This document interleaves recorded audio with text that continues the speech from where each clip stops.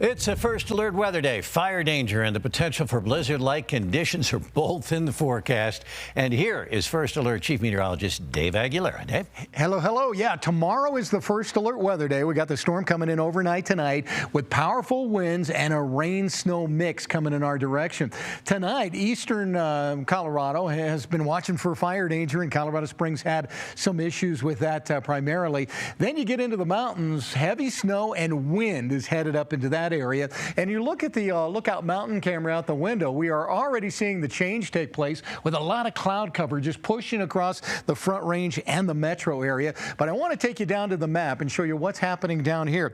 We've got a cold front along with a whole lot of moisture moving towards Colorado here. So this is the future cast, and look at the moisture as it flows from Utah right into Colorado, changing over to rain on the eastern side. Colorado's right in front of me here. We'll loop it through a couple of times so you can see that system just kind of pushing right into the central and the southern Rockies here. Along with that, there's going to be some gusty winds again tomorrow, but with that moisture, it'll be a little easier to take, at least in the fire danger realm here. High today, 67 degrees, way above normal for this time of year. Our peak gust today was 25 miles per hour. It'll be a little stronger tomorrow. So we're going to hold on to that red flag warning over eastern Colorado until about 8 p.m. tonight for gusts up to 40 miles per hour. Now, tomorrow with that front coming through, we're going to add cloud cover, we're going to have moisture, but it's also going to bring in a pretty strong jet stream. So we'll still have some pretty strong winds going on. So here's the advisory map for tomorrow. Eastern Colorado in the yellow here. Some of the gusts could go up to 65 miles per hour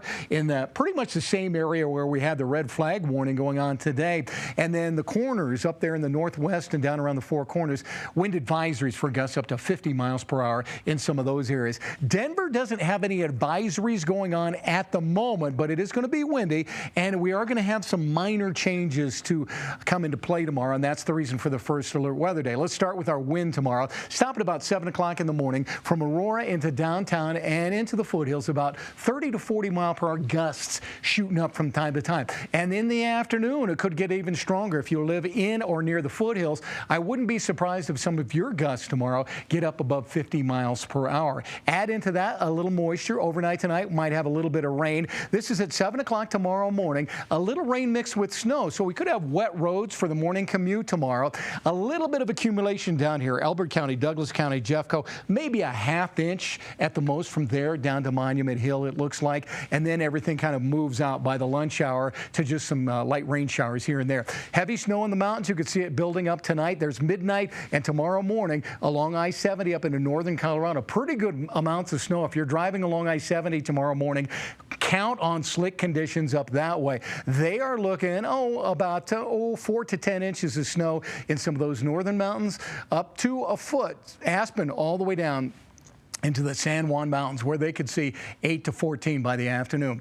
Overnight lows tonight, 30s in the lower elevations, teens and 20s in the mountains, and highs tomorrow, 50s and 60s here in the east, so a cooler day on the way, and most of our temperatures around the metro area will be in the 50s, like Irondale, Welby, Commerce City, North Washington, right about 55 degrees tomorrow. 50 on Saturday as we clear it out, 60s and 70s, Sunday and Monday. Monday is St. Patrick's Day, and the next cold front to come through will be on Wednesday, and another possible first alert weather day coming that way. Good thing about this, it doesn't last too long. Kind of hit and get, and then we're back to some nice stuff.